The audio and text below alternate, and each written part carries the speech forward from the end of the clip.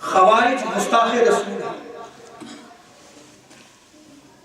جو بغض علی رکھتے ہیں، جو بغض اہل بیت رکھتے ہیں، اور انہی کی زبان سے آج امام علی مقام کے مقابلے میں یزید لعین کو کھڑا کرتے ہیں۔ وہ سب خوارج المذہب ہیں۔ اور تاجدار کائنات صلی اللہ تعالیٰ علیہ وسلم نے ارشاد فرمایا کہ یہ جو خوارج ہوں گے، سیاستہ کی روایت ہے، بخاری مسلم سیاستہ میں نقل کی گئی کہ یہ ہر دور میں موجود ہوں گے اور ہر دور میں اسلامی نعرے لے کر اٹھیں گے، ہر دور میں اسلامی نظام کی بات کریں گے،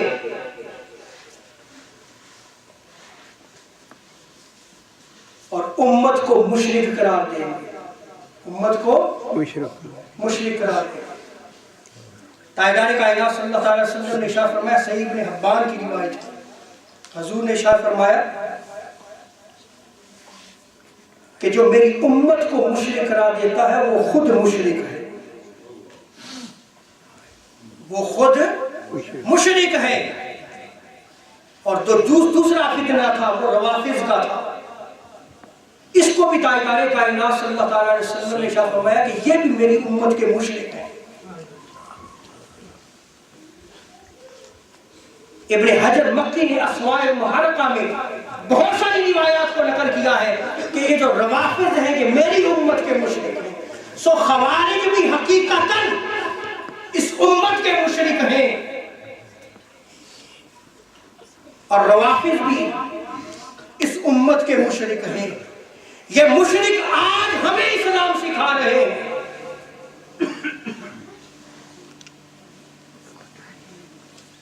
اور جب تک اہل بیت کی محبت نہ ہو، امام حسین علیہ السلام کی محبت نہ ہو، وہ شخص صاحب ایمان نہیں ہو سکتا۔ اور عقیدہ صحیحہ سمجھ لیں کہ ہمارا عقیدہ کیا ہے۔ ہم اہل بیت سے محبت رکھتے ہیں، اہل بیت سے محبت رکھتے ہیں، اور صحابہ کا ادب و تعظیم و تکریم کا پہلو بھی رکھتے ہیں۔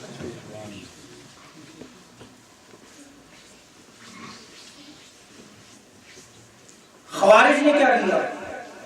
خوارج نے بغض اہل بیت کو لے لیا، گستاخی رسول کو لے لیا، اور روافض نے کیا کیا؟ اکابر صحابہ پہ تان کر سیدنا صدیق اکبر رضی اللہ تعالیٰ، سیدنا عمر فاروق رضی اللہ تعالیٰ، ام المومنین سیدہ عائشہ صدیقہ رضی اللہ تعالیٰ عنہ پہ تان۔ یہ خوارج اور یہ روافض ہے۔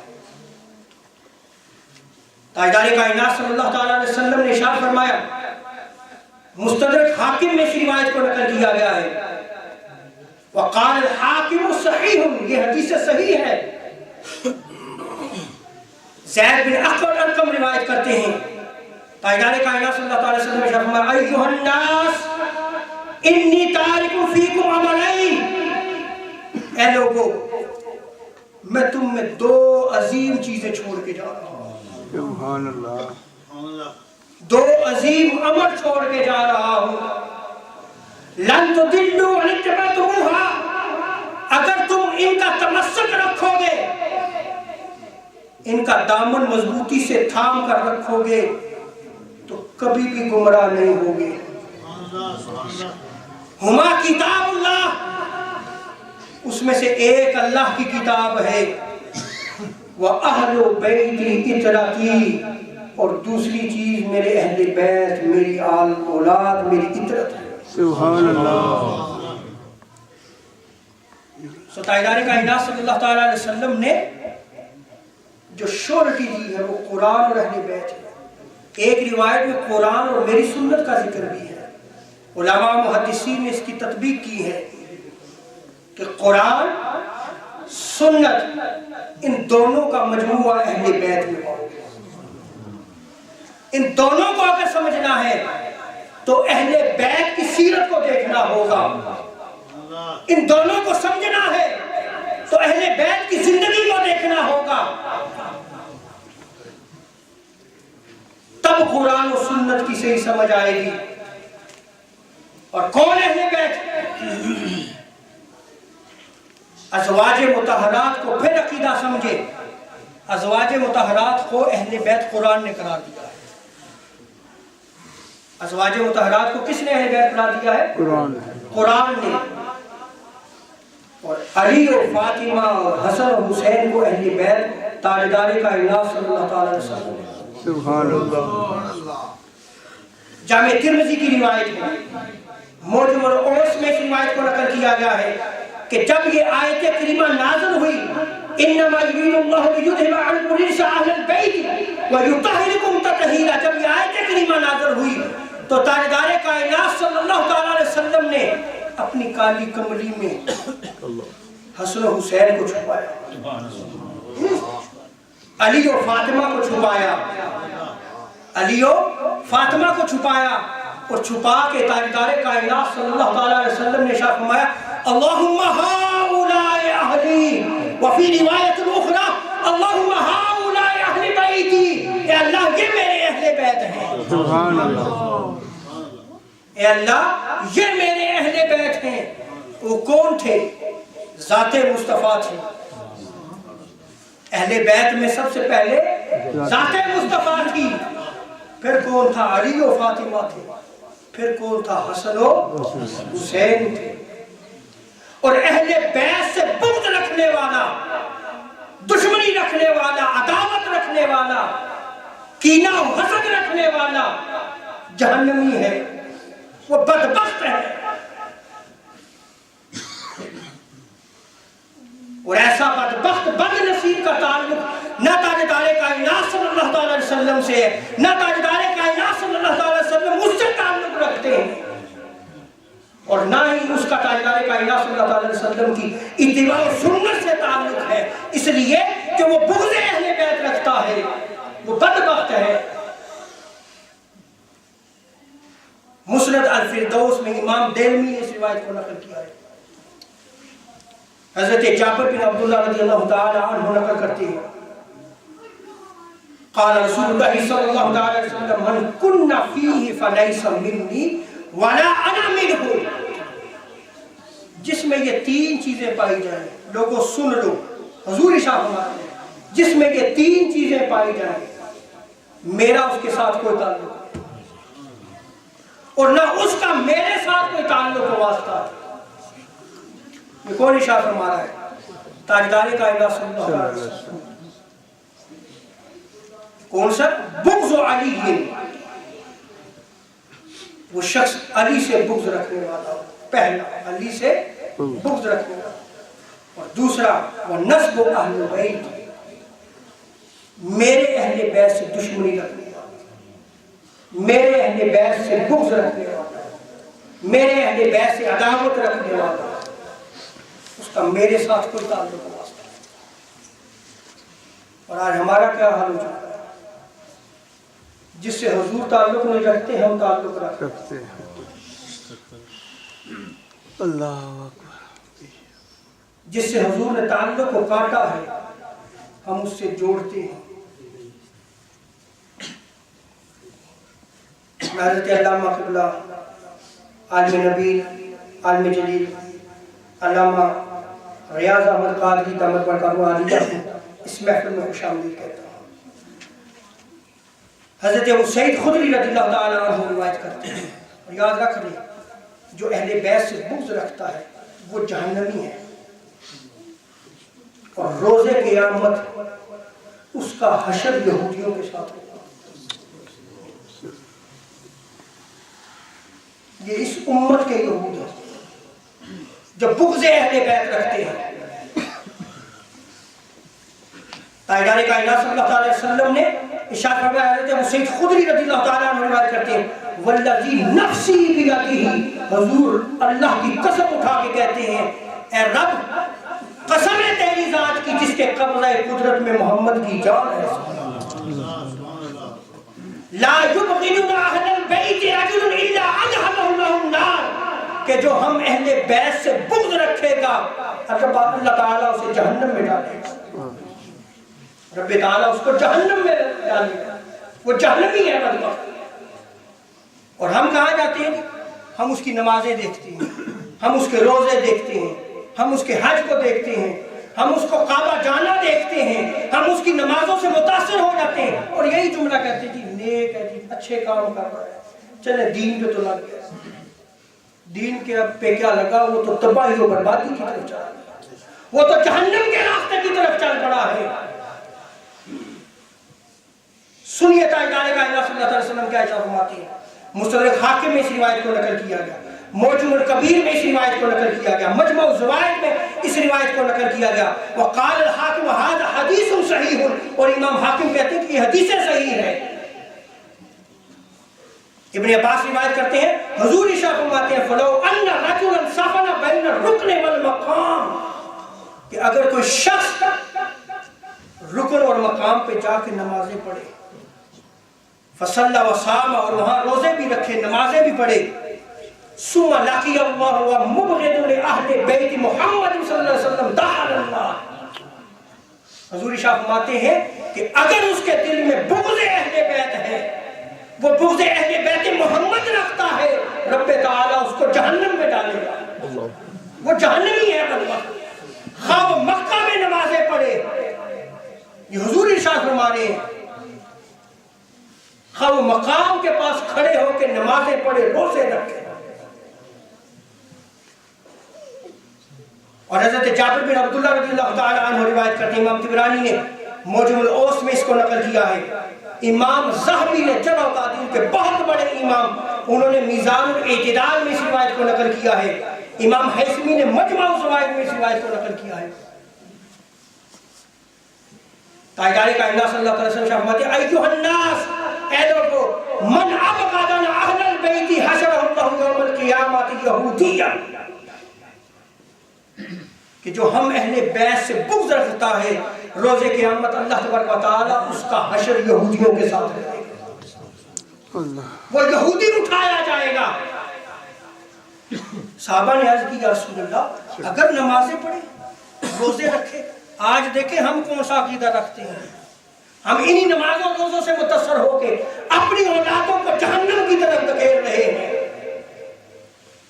صحابہ نے عرض کیا یا رسول اللہ اگر وہ نمازیں پڑھے، روزے رکھے، حضور نے فرمایا وَإِنْ صَامَ وَصَلَّى وَزَعَمَ أَنَّهُ مُسْلِمٌ، اگرچہ وہ نمازیں پڑھتا رہے، روزے رکھتا رہے، اور وہ یہ گمانڈ کرے کہ میں پکا مسلمان ہوں، کیا اس سے بڑھ کر واضح کوئی چیز ہو؟ جس نگاہ سے آج ہم اس فتنے کو دیکھ رہے ہیں کہ یہ مسلمان ہے، وہ مسلمان نہیں ہے، اور ان سے تعلق رکھنے کی وجہ سے، ان سے محبت کا تعلق رکھنے کی وجہ سے، یا ان کے ساتھ نرم گوشہ رکھنے کی وجہ سے آج وہ فتنہ ہمارے گھروں میں داخل ہو رہا ہے۔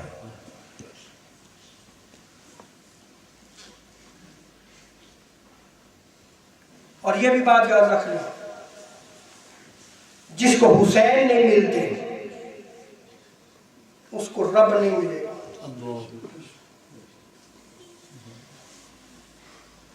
جس کا تعلق حسین سے نہیں اس کا تعلق خدا سے نہیں، جس کا تعلق حسین سے نہیں اس کا تعلق مصطفیٰ سے نہیں، جس کی محبت حسین سے نہیں اس کی محبت مصطفیٰ سے نہیں، جس کی محبت حسین سے نہیں اس کی محبت خدا سے نہیں، وہ جھوٹا کاذب ہے۔ دلیل دیتا ہوں کیونکہ میں دلیل کے بغیر کوئی بات نہیں کروں گا۔ ہمارے عقائد، ہمارے نظریات، ہمارے افکار قرآن و سنت بھری پڑی ہے۔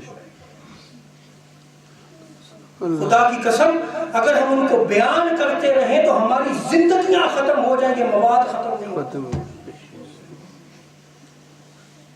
لیکن وہ سب کتابوں کی زینت بن گیا، اور وہ کتابیں عربی میں ہیں۔ اب جو اردو ٹرانسلیشن ہو رہی ہیں وہ باطل عقائد رکھنے والے اس کی ٹرانسلیشن دھڑا دھڑ کر رہے ہیں، اپنے مقاصد کے جو ہے وہ مطابق جو ہم وہ ترجمے کر رہے ہیں. اور ہوتا کیا ہے؟ ہوتا یہی ہے کہ یا شیخ گوگل یعنی گوگل سے ریسرچ کر رہنمائی لے گی، اور یا پھر ٹرانسلیٹ کی ہوئی کتاب سے پڑھ کر جو ہم عقیدہ بنا لیتے ہیں اور پھر پکے ہو جاتے ہیں.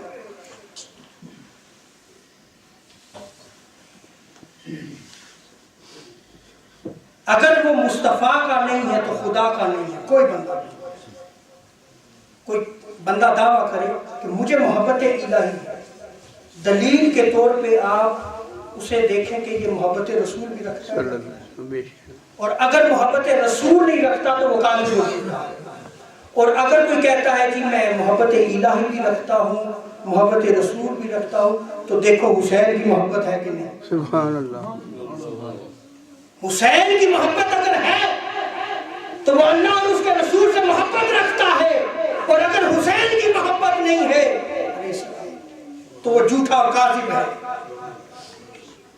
سنن نسائی، امام نسائی نے سنن الکبریٰ میں، امام ابن خزیمہ نے الصحیح میں، مسند البزار میں اس روایت کو نقل کیا گیا. حضرت عبداللہ ابن مسعود رضی اللہ تعالیٰ عنہ روایت کرتے ہیں،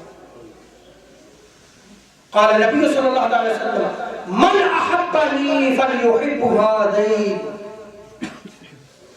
جو مجھ سے محبت رکھتا ہے وہ میرے ان دو شہزادوں سے محبت رکھتا ہے. سبحان اللہ.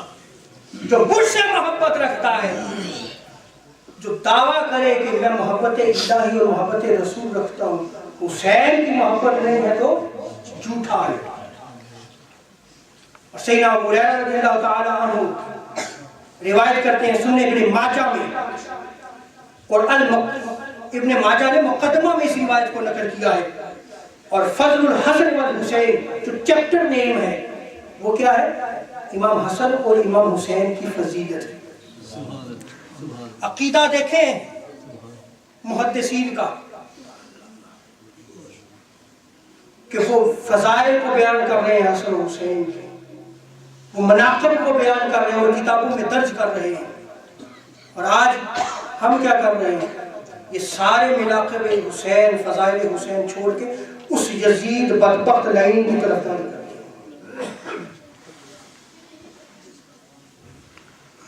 تاجدار کائنات صلی اللہ علیہ وسلم فرماتے ہیں من احب الحسن والحسین فقد احبنی، جس نے میرے اس حسن و حسین سے محبت رکھی اس نے مجھ سے محبت رکھی.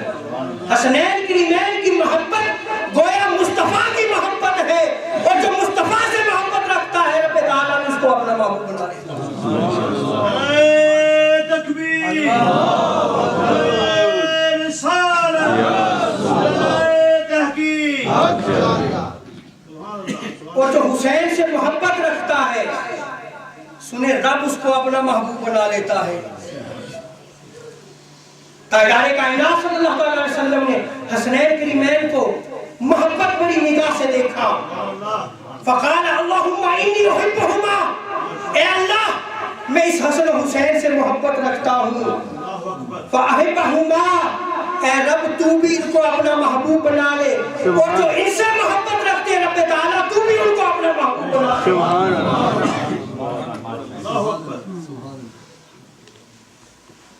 اور حسن و حسین سے بغض رکھنے والا جہنمی ہے،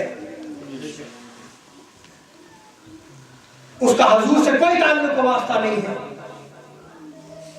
وہ دشمن رسول ہے. حضور شاہ فرماتے ہیں من ابغض حسن و حسین فقد ابغض، کما قال صلی اللہ علیہ وسلم، جو میرے حسن و حسین سے بغض رکھتا ہے وہ مجھ سے بغض رکھتا ہے، اور جو مجھ سے بغض رکھتا ہے رب تعالیٰ ادخلہ اللہ النار، رب تعالیٰ اس کو جہنم میں داخل کرتا ہے. واقعہ کربلا کو جب بیان کیا جاتا ہے، یہ تو فضائل و مناقب اہل بیت ہیں جن کا تذکرے کی خاطر آج ہم اس محفل میں اکٹھے ہیں.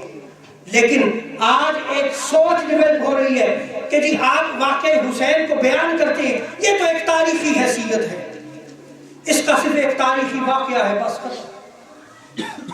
بیان کرتے ہیں یا نہیں کرتے؟ سنیں شہادت امام حسین ایسی شہادت ہے، اور یہ امام حسین علیہ السلام کی شہادت کے امتیازات میں آتا ہے کہ اس شہادت کے چرچے جو ہے وہ تاجدار کائنات صلی اللہ علیہ وسلم نے امام حسین کی شہادت سے پہلے کی، صحابہ کرام کے سامنے بیان کی۔ وہ سارے حالات و واقعات تاجدار کائنات صلی اللہ علیہ وسلم نے پہلے بیان فرمائی۔ خطبہ احادیث میں اس واقعہ کربلا کو بیان کیا گیا ہے، تاریخ بھی تو بیان کرے گی، لیکن میں دلیل حدیث سے دے رہا ہوں تاکہ جو بدبخت یہ کہتا ہے کہ یہ ایک تاریخی حیثیت رکھتا ہے، یہ تاریخی نہیں، یہ واقعہ کربلا، شہادت امام حسین تواتر سے احادیث سے ثابت ہے۔ یہ اس واقعہ کربلا کو تاجدار کائنات صلی اللہ علیہ وسلم نے خود بیان فرمایا۔ امام حسین کی شہادت کو بیان کر کے حضور علیہ السلام کی چشمان مقدس چھم چھم برسی، روئے تاجدار کائنات صلی اللہ علیہ وسلم۔ غم حسین میں رونا حضور کی سنت ہے۔ تاجدار کائنات صلی اللہ علیہ وسلم اسی حال میں اپنے کاشیانِ اقدس سے باہر تشریف لائے۔ ابو بکر بھی موجود تھے، عمر بھی موجود تھے، حذیفہ بھی موجود تھے رضی اللہ تعالیٰ عنہ، اور تاجدار کائنات صلی اللہ علیہ وسلم زارو قطار رو گئے۔ صحابہ نے پوچھا یا رسول اللہ رونے کا سبب کیا ہے؟ حضور نے ارشاد فرمایا آج جبریل امین آئے ہیں اور مجھے بتایا کہ تیری امت کے لوگ اس شہزادے کو عراق میں کربلا کے مقام پر جو ہے وہ شہید کر دیں۔ یہ حضور نے بیان فرمایا۔ صرف 2 حوالے دوں گا، کبھی موقع ملا تو صرف شہادت امام حسین کو حضور کی زبان اقدس سے بیان کروں گا۔ حضور نے کیسے بیان فرمایا؟ چونکہ میں نے ایک حوالہ دیا تو 2 حوالے دے کے جو ہے میں اگلی گفتگو کی طرف آؤں گا، جو کہتے ہیں کہ یہ صرف تاریخی واقعہ ہے۔ تاجدار کائنات صلی اللہ تعالیٰ علیہ وسلم نے اس واقعے کو بیان کیا ہے۔ امام حضرت ام سلمہ بیان کرتی ہے، اور اس روایت کو امام احمد بن حنبل نے مسند احمد بن حنبل میں نقل کیا ہے، امام طبرانی نے معجم الکبیر میں نقل کیا ہے، امام حیثمی نے مجمع الزوائد میں نقل کیا ہے۔ ام سلمہ بیان کرتی ہے کہ تاجدار کائنات صلی اللہ علیہ وسلم میرے کاشیانِ اقدس میں تشریف فرما تھے، اور آپ نے ارشاد فرمایا کہ دروازہ بند کر دو اور کوئی اندر نہ آنے پائے۔ ام سلمہ کہتی ہیں کہ میں اپنی ڈیوٹی سر انجام دیتی گئی، لیکن مجھے خبر نہیں کہ حسین کیسے کمرے میں چلے گئے۔ اتنی دیر گزری، ام سلمہ ام المؤمنین فرماتی ہیں فسمعت نشیح رسول اللہ صلی اللہ علیہ وسلم یمسح جبینہ وہو یبکی، میں نے دیکھا کہ حضور کے رونے کی آواز ہے۔ میں نے دروازہ تھوڑا سا کھول کے دیکھا کیا حضور کیوں رو رہے ہیں؟ دیکھا تو حضور کی گود میں امام حسین ہے، اور امام حسین کی جبین کو، پیشانی کو حضور بوسے دے رہے ہیں اور زارے قطار رو رہے ہیں، زارے قطار رو رہے ہیں۔ میں نے پوچھا یا رسول اللہ مجھے خبر نہیں حسین کیسے کمرے میں داخل ہوگے، لیکن یہ رونے کا سبب کیا ہے؟ تو تاجدار کائنات صلی اللہ علیہ وسلم نے فرمایا اے ام سلمہ بے شک جبریل امی ابھی آئے تھے، انہوں نے مجھے خبر دی ہے ان امتک ستقتل ھذا بارض یقال لها کربلا۔ یہ تاجدار کائنات صلی اللہ علیہ وسلم بیان فرما رہے ہیں کہ بے شک آپ کی امت کے لوگ اس پیارے شہزادے کو، اس پیارے بیٹے کو کربلا کے مقام پر جو ہے وہ شہید کر دیں۔ دوسری روایت حضرت عبداللہ بن وہب بن زمعہ روایت کرتے ہیں، مستدرک حاکم میں اس روایت کو نقل کیا گیا ہے، امام طبرانی نے معجم الکبیر میں نقل کیا ہے، جرح و تعدیل کے بہت بڑے امام ذہبی نے سیر اعلام النبلاء میں اس روایت کو نقل کیا ہے۔ ام سلمہ جو ہے وہ بیان کرتی ہیں کہ تاجدار کائنات صلی اللہ علیہ وسلم نے مجھے بتایا اخبارانی جبریل ان هذا يقتل بأرض العراق للحسین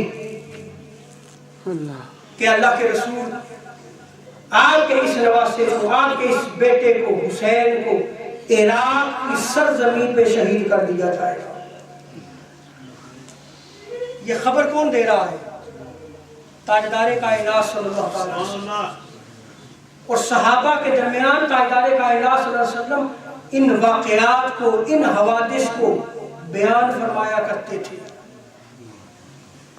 آئیے ذرا بخاری سے بھی جو ہے وہ تھوڑی سی نقل لے لیتے ہیں تاکہ کئیوں کو بخار آتا ہے ان کا بخار بھی اترے۔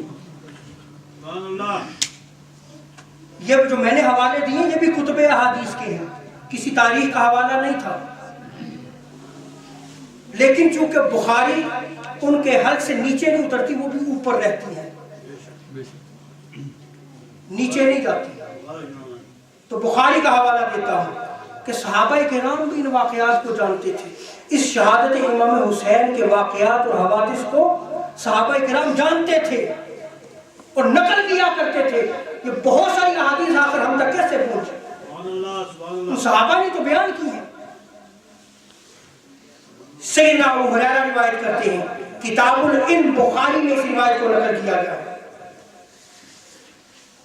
آپ فرماتے ہیں سیدنا ابو ہریرہ کہ میں نے تاجدار کائنات صلی اللہ علیہ وسلم سے 2 علوم سیکھے ہیں، 2 علم سیکھے ہیں۔ ایک وہ علم ہے لوگوں جو تمہارے سامنے میں بیان کرتا ہوں، وہ شریعت کا علم ہے، وہ احکام شریعت ہے، وہ طریقت کا علم ہے، میں تمہارے سامنے بیان کرتا ہوں۔ لیکن ایک علم ایسا ہے، امام بخاری نے اس روایت کو نقل کیا کتاب العلم میں، سیدنا ابو ہریرہ فرمایا کرتے کہ اگر میں اس کو تمہارے سامنے بیان کروں تو تم میری گردن حلق سے اتار دو، تم مجھے قتل کر دو۔ اب اس کی شرح میں 2 عظیم محدثین کی روایات نقل کرتا ہوں اور کوئی مائی کا لال رد نہیں کر سکتا۔